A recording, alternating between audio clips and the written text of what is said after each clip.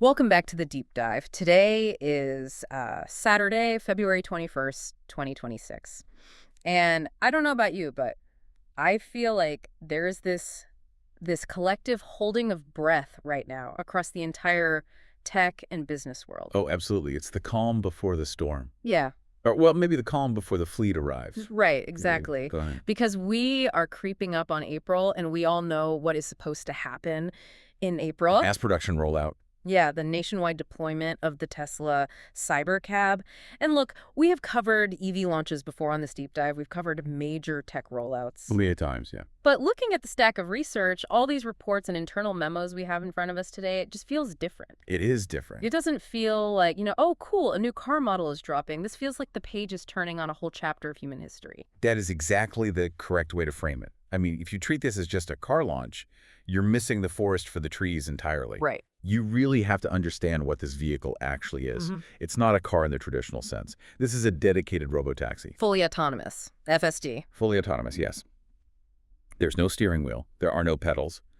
It is a vehicle designed from the ground up to absolutely never be driven by a human being. Which is still wild to say out loud. It is, but that specific design choice, that's the pebble that starts the avalanche. And that is exactly our mission for this deep dive today.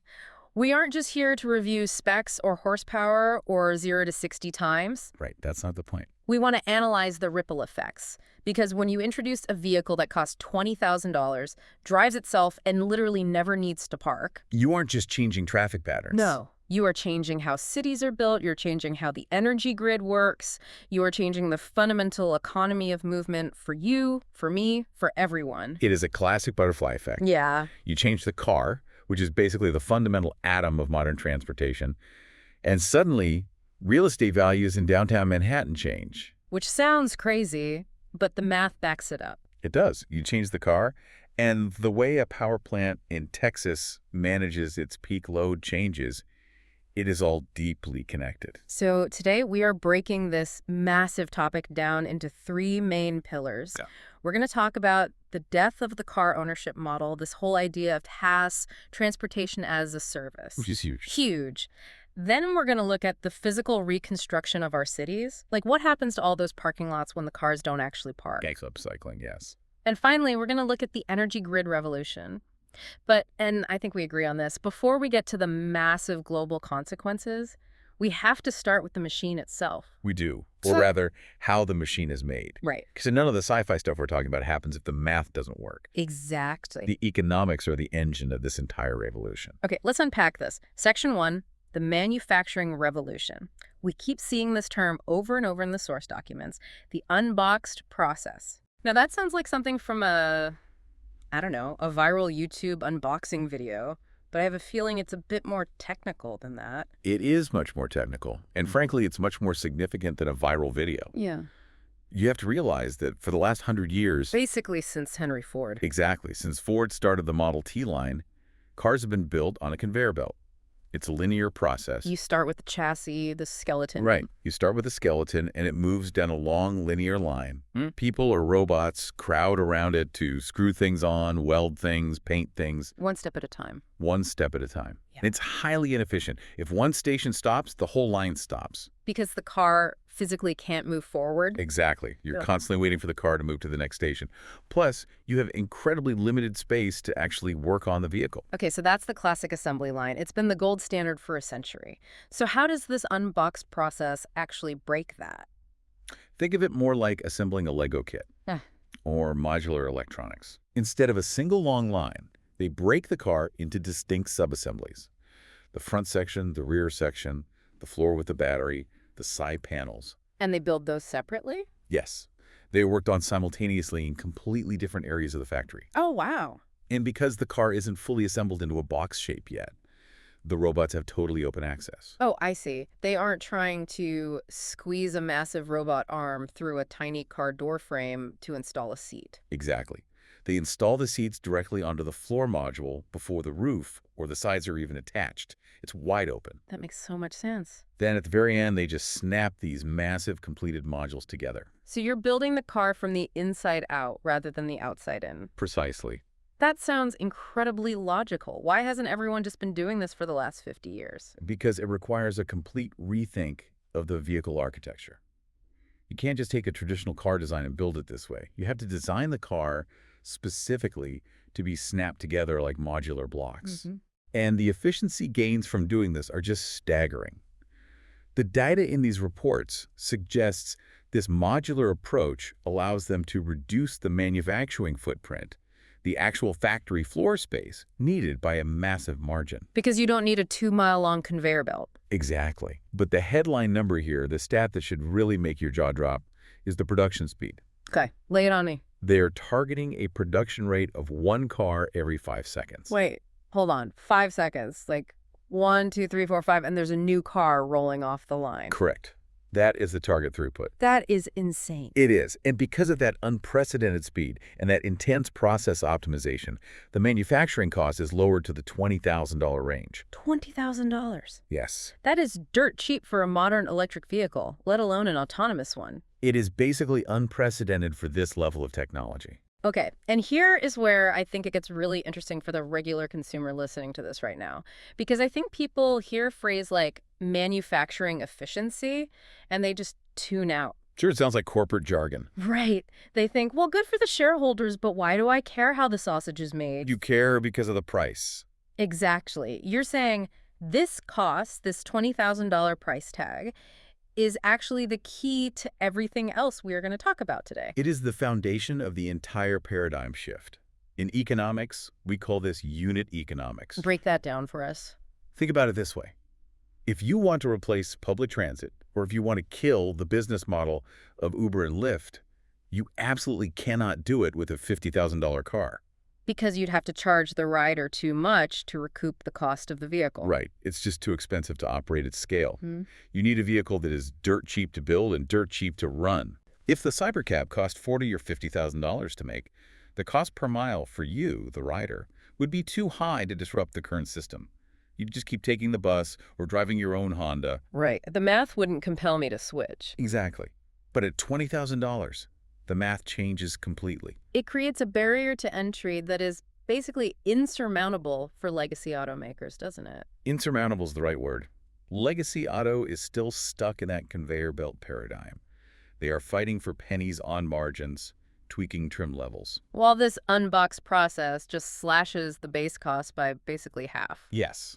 It allows the final service, the actual ride you take across town, to be priced lower than a bus ticket in some cases. Which is the perfect segue into our second pillar. Because if the car is that cheap to build and it drives itself, what happens to the current kings of the road? You mean the ride-sharing platforms? Yeah.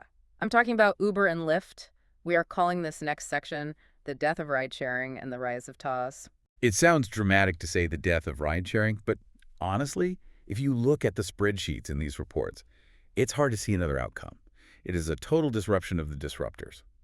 Let's look at the basic breakdown of a ride. When I pay, say, $15 for an Uber right now to get from my house to a restaurant downtown, where is that money actually going? Broadly speaking, there are two main costs involved in generating that ride. First, you have the asset cost, the car itself. Right. Someone, usually the driver, had to pay for that Toyota Camry or Chevy Malibu. They are paying for its financing, its insurance, its depreciation with every mile driven. And the second cost? The second cost, and this is by far the most significant one, is the labor, the human driver behind the wheel. Yeah. You're paying for their time, their rent, their groceries. Yeah. The platform takes a percentage cut, of course, but the bulk of the underlying cost of that service is the human and the human's car. Okay, so enter the Cybercab. It removes both of those major costs. Well, it drastically reduces the asset cost, as we just discussed with the unbox process. Right, $20,000 is nothing for a commercial vehicle. Especially one that runs 24/7. But the labor cost, that goes to absolute zero. Zero. It is removed 100% via FSD. Because there's no one to pay. Exactly. So you have a competitor entering the market that costs half as much to buy up front and literally $0 per hour to drive. Let me give you an analogy. Imagine you are running a lemonade stand. Okay, I'm with you. You have to buy the lemons, and you have to pay a teenager to stand there and squeeze them all day. Standard business. Then a robot opens a lemonade stand right next door to you. The robot somehow gets its lemons for half the price you pay, and obviously it doesn't need to be paid an hourly wage. Right. It doesn't need to sleep. It doesn't take bathroom breaks. It can sell a glass of lemonade for a nickel and still turn a profit. Meanwhile, you need to charge $1 just to break even on the lemons and the teenager's wage. I'm going out of business on day one. That is what we call the minimum unit economy. Yes.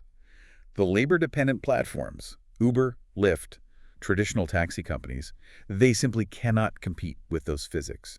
It's a mathematical impossibility. Because they are anchored to the cost of human survival. Exactly. They are mathematically eliminated unless they pivot their entire business model to owning these autonomous fleets themselves. But even if they try to do that, they are having to buy the hardware from the very competitor who controls the supply. Precisely. Tesla controls the cars and the software. So we're realistically looking at the collapse, or at least a radical, unrecognizable transformation of that whole gig economy rideshare model. Absolutely. But let's zoom out from the corporate level and talk about the regular person, the listener. You mentioned TaaS earlier, transportation as a service. Yes. This is the idea that I personally will just stop owning a car entirely. That is the inevitable shift we're looking at. We are moving from an ownership model to an access model. Okay, convince me. Why would I give up my car? Think about your car right now. It sits in your driveway at night, or it sits in your office parking lot during the day for what, 95% of its life? Honestly, probably more on the weekends. It just sits there collecting pollen and bird droppings. Exactly. It is a rapidly depreciating asset. You pay insurance every month, you pay for maintenance, you pay for gas or electricity, you pay the loan interest. It's basically a money pit. And for 95% of the time, it does absolutely nothing for you. It provides zero value while sitting there. It is financially irrational. But we've always done it. We've done it because historically, the alternative was worse. Taxis or human-driven Ubers were just too expensive for daily multi-trip use. You couldn't take a taxi to work, then to the grocery store, then to the gym every single day. You'd go broke. Right. It was a required balance of convenience versus cost. Owning was cheaper in the long run than hailing a cab twice a day. But if the Cybercab makes the on-demand autonomous ride cheaper per mile than the amortized cost of your gas, your insurance, and your car payment, The calculation flips. completely flips. Why on earth would you take on the financial burden of a $30,000 or $40,000 auto loan, plus all the headaches of repairs and parking, when you can just open an app and get a clean, private, safe ride delivered to your door for a few dollars? It's like the DVD collection. Tell me more. Well, I used to have a huge shelf full of DVDs. I paid $15-20 for each one. I had to store them, dust them. Now I just pay a flat subscription to a streaming service. I don't technically own the movies anymore, but I have access to any movie I want whenever I want it. That is the perfect analogy. Tau Assis is the Netflixification of transportation. The Netflixification of transportation. I love that. The private garage basically becomes as obsolete as the DVD rack in your living room. That is such a wild thought. The two-car garage, it's the ultimate symbol of American suburbia, and it's just going to be empty. Or repurposed. But we will definitely get to that when we talk about architecture. Right. First, we need to talk about how this actually rolls out in the real world, because it's not going to happen everywhere in every city all at once on day one. Which brings us to Section 3, the strategic rollout. Looking at the documents, they mention a, quote, capillary-like expansion. Yes. Where does this battle actually start? What are the front lines in April 2026? The initial battlegrounds are very specific and chosen for very strategic reasons. Austin, Texas, and the Bay Area in California. Okay, Austin makes total sense. That's the headquarters. It's where the massive gigafactory is located. Right, you have home field advantage for manufacturing and immediate deployment. And the Bay Area is, well, it's the cradle of tech. It's the cradle of the data. That is the critical part. Oh, because of all the FSD testing. Exactly. That is where Tesla has gathered the most dense, complex autonomous driving data over the last decade. Right, dealing with the complex intersections, the steep hills of San Francisco, the weird fog patterns. If the system can handle the chaos of San Francisco, it can handle almost anywhere. So the strategy is to perfect the actual fleet operations in these two hubs first. It's a proving ground. Because it's not just about the cars successfully driving themselves. That's almost the easy part at this point. It's about the back-end operations. Like what? Cleaning the cars, Yeah. performing routine maintenance, and crucially, they need to test the megacharger infrastructure at scale. Mega chargers. I've heard of superchargers. Megachargers are a different beast. We'll touch on this heavily in the energy section, but these aren't your standard home or highway chargers. These are industrial-grade, ultra-high power systems designed to turn these commercial cars around incredibly fast. Get them back on the road, making money. Exactly. Once they nail down the logistics of keeping a massive fleet charged and clean in Austin and the Bay Area, that is when the capillary action starts. Capillary action like blood vessels spreading out. Yes. It spreads from those hubs to the connecting highways and then bleeds into the next tier of major U.S. cities. Like Los Angeles, Miami, New York. Exactly. Hub to spoke. But the goal outlined here isn't just to conquer the United States. Not at all. The internal documents are very clear on this. They call it the global monopoly strategy. Global monopoly. They are not mincing words. No, they're using Giga Shanghai and Giga Berlin as forward operating bases. It sounds almost military when you put it like that. Forward operating bases. In a global business sense, it is a military-style campaign. They want to capture the European and Chinese markets as rapidly as possible before any local domestic competitor can catch up to that $20,000 price point. Shock and awe economics. Exactly. And once they secure those massive markets, they move to the rest of the world phase. Southeast Asia, the Middle East, Latin America. And the ultimate end game here. The establishment of a global mobility monopoly system. Wow. One standardized platform, one operating system that basically dominates logistics, delivery, and personal transport worldwide. That is just massive to comprehend. A single company effectively controlling the operating system for a global movement. It raises huge questions about antitrust laws and national sovereignty, which we could spend a whole day on. Oh, yeah. But from a purely logistical and engineering standpoint, the efficiency of that would be unparalleled. Imagine one standardized, perfectly optimized system for moving goods and people from Shanghai to Berlin to Sao Paulo. Seamlessly. Seamlessly. Okay, so let's try to picture this. We have these autonomous fleets swarming the globe. They're cheap, they are everywhere, they're running constantly. Now, let's look at what that actually does to the physical world around us. The cities. Yes, Section 4, urban architecture. And honestly, this is the part that I think is the hardest to really visualize, just because we are so conditioned to seeing cars parked everywhere we go. We suffer from what urban planners call being car blind. Car blind? Yes, we simply don't consciously register how much of our cities are built explicitly for cars rather than for people. As we mentioned earlier, cars sit parked roughly 95% of the time.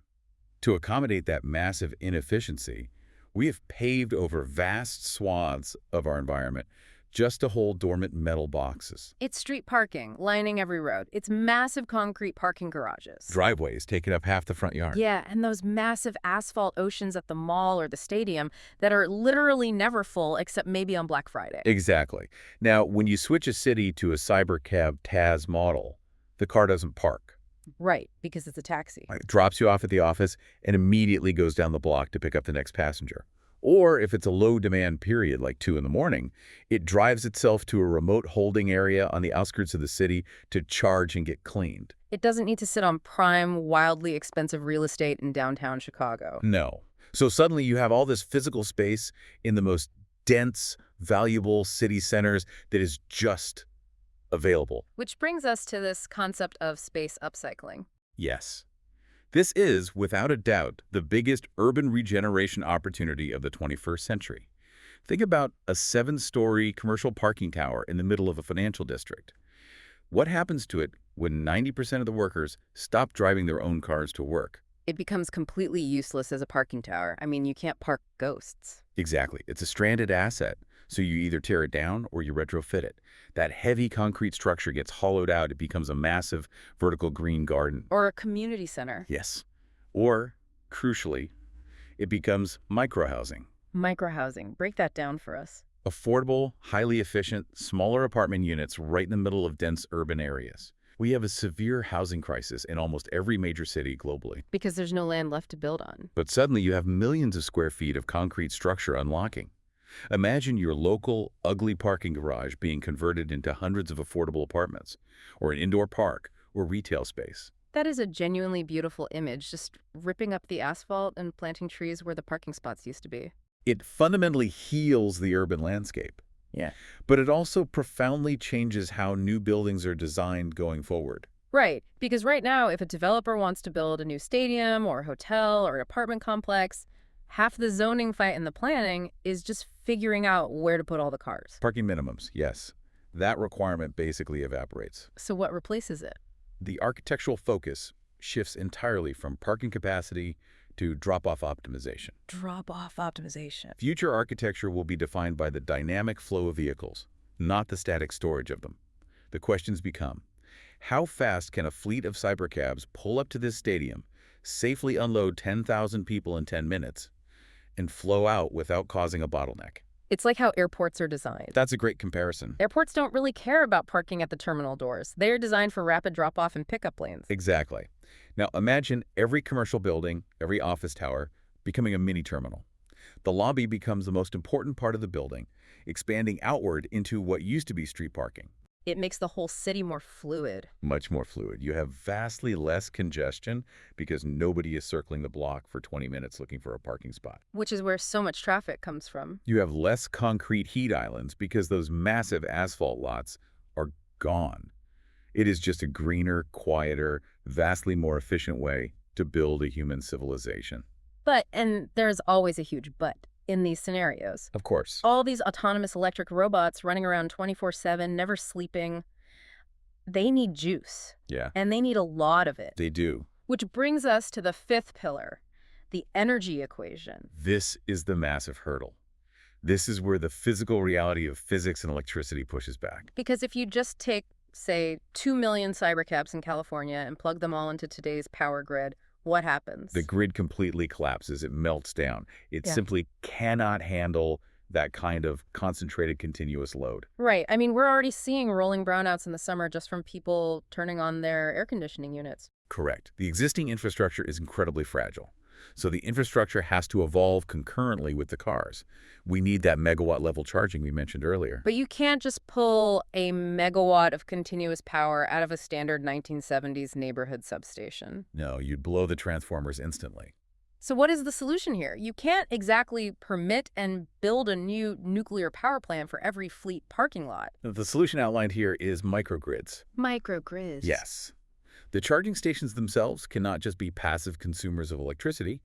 They must become active power plants in their own right. Okay, how does that work? They will heavily utilize DER, which stands for Distributed Energy Resources. In practical terms, this means the Cybercab charging hub has its own massive solar canopy, a huge PV array built over it. Generating power locally. Generating power on-site. And, crucially, it must have a massive industrial-scale battery system attached to it, a BESS, battery energy storage system. So the station is generating power from the sun and storing it in its own massive batteries, operating somewhat independently of the fragile main city grid. To a large extent, yes. The massive batteries buffer the load. When the cars rush into charge, they pull from the local battery, not directly from the city grid, which prevents grid spikes. That's incredibly smart. But here is where it gets truly fascinating. You have to connect this concept to the car itself. Okay. The Cybercab itself is essentially just a giant battery on wheels. Right. If you have 1 million Cybercabs operating in a major city, you effectively have 1 million highly mobile batteries. And this is where V2G comes in. We see this acronym a lot. Vehicle to grid. Yes. V2G is the secret weapon here.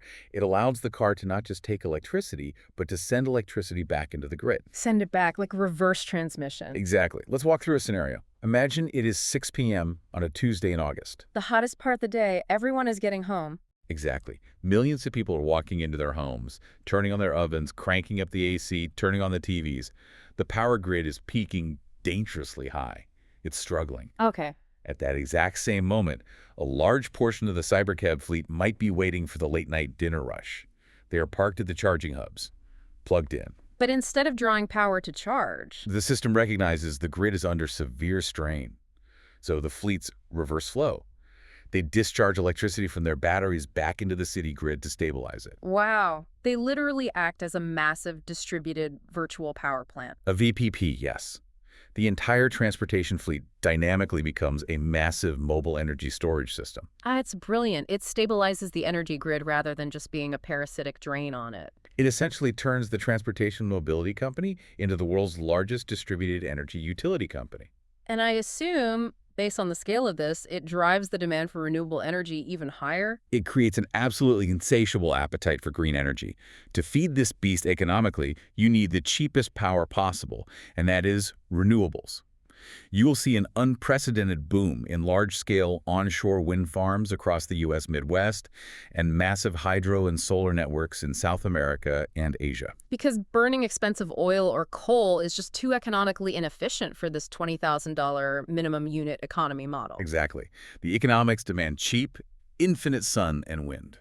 It really is a complete, tightly woven ecosystem. You literally cannot change the car without fundamentally changing the power grid. And you can't change the grid without changing the entire underlying economy. Which, unfortunately, brings us to the very real human cost of all this. Yes, we have to look at that. Section 6. Economic fallout and societal shifts. We have to be brutally honest here. All this tech, the efficiency, the microgrids, it sounds great for a textbook, but if I'm listening to this and I'm an Uber driver, or a long-haul truck driver or a delivery person, this is terrifying. It is terrifying. And we cannot sugarcoat the painful social task ahead of us. We are facing mass structural job losses in the driving sector. Millions of jobs. Millions. Taxi drivers, local delivery personnel, eventually long-haul trucking.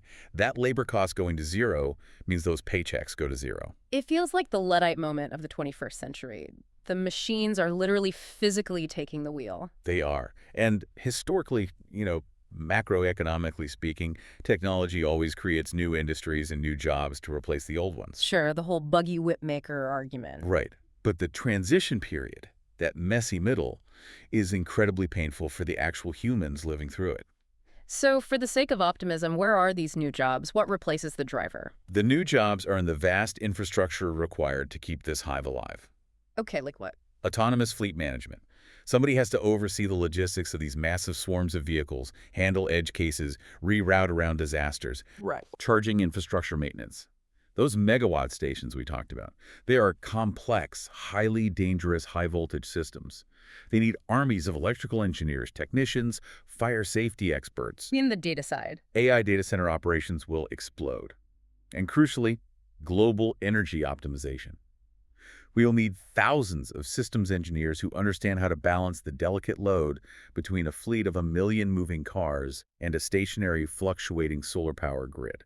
So the jobs shift from physical labor to systems management. Yes, they are high-skill, high-value jobs.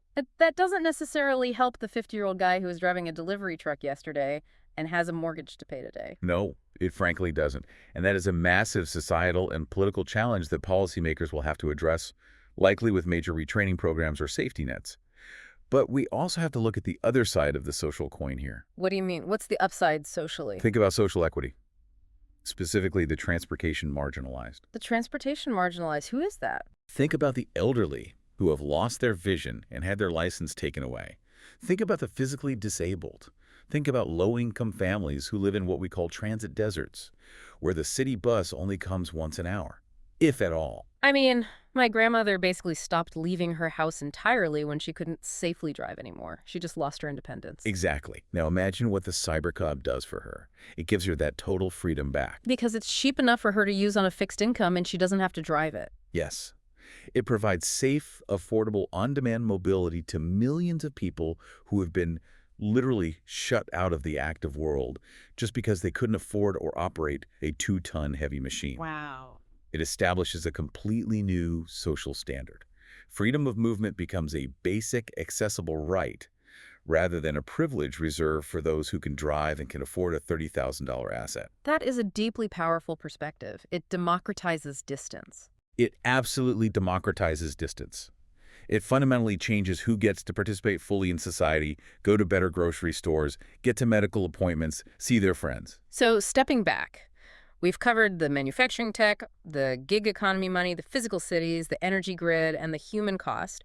What does this all actually mean in summary? It means we are entering an unprecedented period of convergence. Starting in April 2026. Starting in April 2026. The rollout of this vehicle is just the catalyst. It fuses energy, physical space, and digital intelligence. Changing the way we move literally changes the way we build our physical world, and it changes the way power flows globally. It's funny, we started this deep dive talking about a little car without a steering wheel. Yeah. But we ended up talking about global architecture and virtual power plants. And I think that is the core lesson for you listening today. If you want to understand the future of business or tech or society, you must develop a convergent perspective. A convergent perspective. Yes, you can't just be a tech guy anymore. You can't just be a real estate investor. You have to see the links between the car, the grid, and the concrete. I love that. Okay, if you are listening right now, here is a final thought to leave you with. I want you to walk over to your window or go stand in your front door. Just look outside. Yeah, look at your driveway or look at that massive parking lot across the street from your office. Look at that dormant metal box sitting there doing absolutely nothing. And ask yourself a simple question. If that space didn't have to be a home for a parked car, what could it become? A community garden, a playground for your kids, a guest house. The possibilities are endless once the constraint is removed. And in just a few short months, we're going to start finding out. The paradigm shift is right here. Indeed it is. Thanks for diving deep with us today. We'll see you in the future.